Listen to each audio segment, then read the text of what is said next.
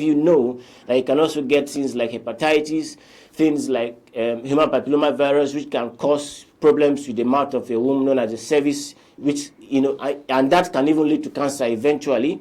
Things like the genital warts, herpes, and also the hepatitis. Some of these are as dangerous, perhaps even more than HIV, that you are well aware of. So don't limit yourself to say, okay, it's just HIV, I'll go for drugs. And besides, even the drugs, they are not free. But thank God that we have health agencies and the government that have ensured that drugs are free for us. But you don't have to depend on drugs just to live a healthy, normal life. Why bring yourself to that position where all your life, for the rest of your life, every single day, you have to take drugs? And then there's also the problem of resistance. And so you are just going to put yourself in a situation where your health, the quality of your life, the quality of your health will be affected severely because you endangered yourself by engaging in sexual intercourse. You shouldn't do that. All right? And then there's hepatitis. And then there's herpes. And like I mentioned, you can even contract cancer of the cervix eventually when you engage in this intercourse and then you contract a virus known as human papillomavirus. It's a very deadly virus that kills a lot of persons. In fact, cancer of the cervix is estimated to be the most common cancer amongst women in Nigeria. So it is so common, but people are not so aware of it. And so because they're not aware, you may even have it and not know.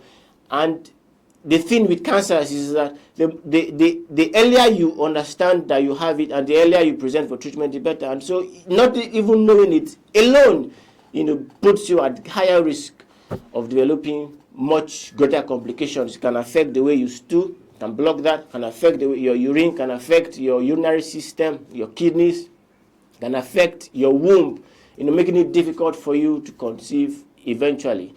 All right, so these are some of the problems when we talk about sexually transmitted infections. Now, there's even more, all right? Now, you could become pregnant from engaging in sexual intercourse at this age. And teenage pregnancy has a lot of complications, so much. If I were to start talking about all of the complications of teenage pregnancy alone, would spend an hour and would not be done. The problems are not just medical problems that you could get as a teenager when you get pregnant. Now, first of all, your body is not so developed at that age, and so you adjusting to the demands or the changes that your body will need to undergo for it to successfully carry that pregnancy is huge, is enormous, even for somebody who is fully grown.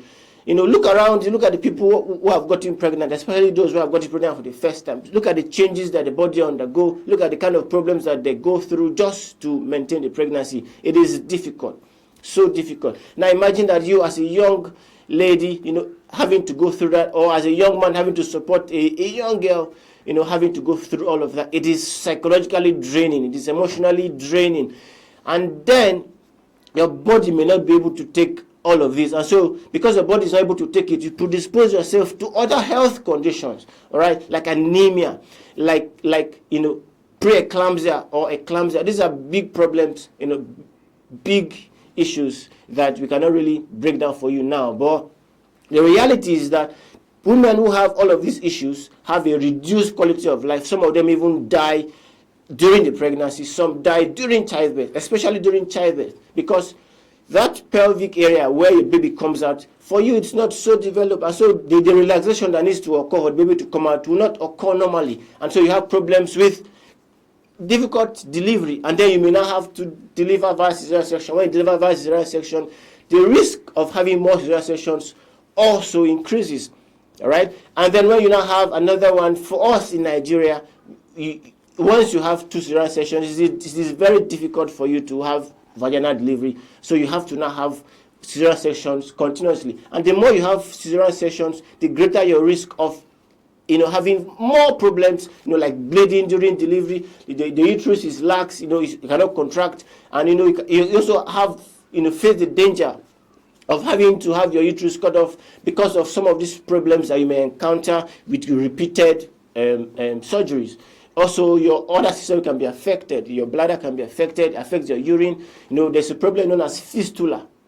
All right, so your urine, instead of coming out through the usual place, comes out through the vagina. Imagine such psychological trauma of having your urine come out through your vagina. It's not controlled. In everywhere you are passing, you are smelling of urine. It is not something you'd want to subject yourself to. That's for just pregnancy alone. I talked about infections for this pregnancy alone. This is just a summary of just pregnancy problems alone. There's so many problems. And you may say, well, I don't have to keep the pregnancy. I can just decide to go on abortion. Well, for your information, abortion in Nigeria is illegal, meaning that no qualified medical doctor will carry out the procedure for you. And so for you to carry out an abortion, you now have to depend on quacks. Quacks are not knowledgeable in this area. They cannot give you the proper care. And so when you subject yourself to quackery or to quacks to carry out this procedure for you, what you end up with are myriad and multitude of problems. Your uterus can be perforated, meaning that you may not be able to have a child again. You can subject yourself to a lot of infections, and you can even die. By quacks known as unsafe abortion. And if you look at the data, the records, abortion that is carried out by quacks leads to a lot of problems and complications. And so you could injure your cervix, injure your uterus, there could be bleeding. People also die from it. There's a whole lot of deaths have been reported just because of unsafe abortion.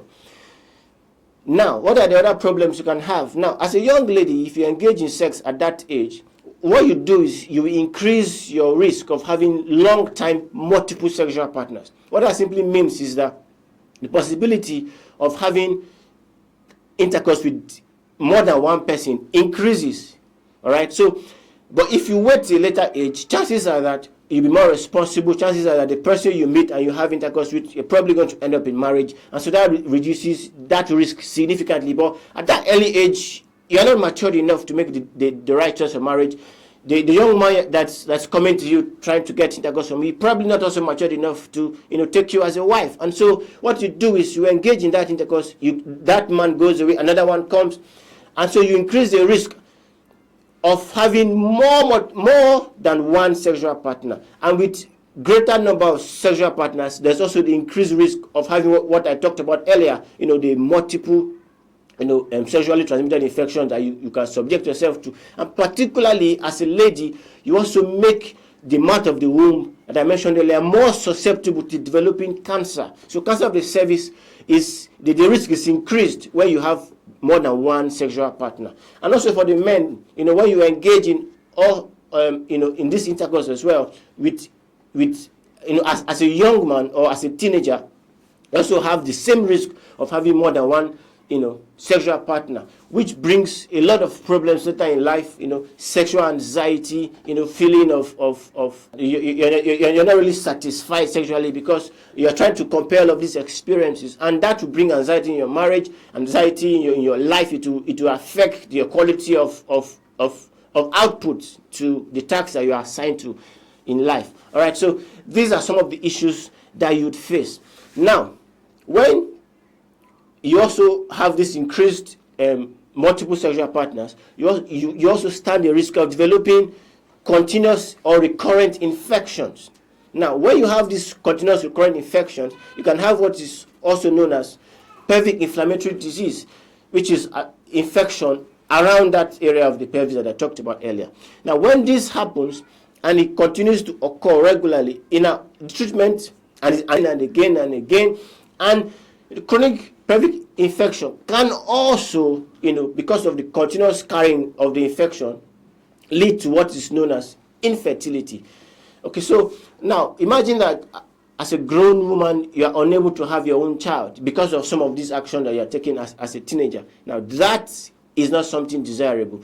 So you would want to reduce the kind of interest you have in sexual activity at this age, because it's not going to be beneficial in the long term.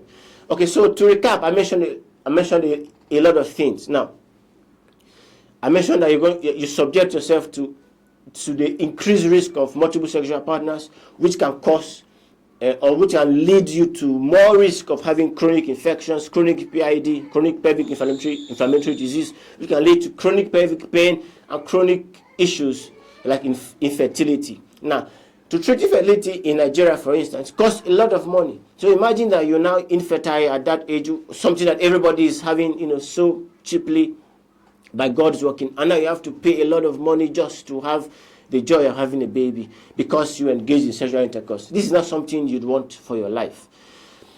I also mentioned about the risk of teenage pregnancy, the psychological risk, the emotional risk, the risk of bleeding, the risk of injury to the organs, the cervix, the womb, And then if you say you want to engage in abortions, there's also a risk there because abortion is not legal in Nigeria. So all around, the risk is just enormous. So you simply do not want to, put yourself under such great harm.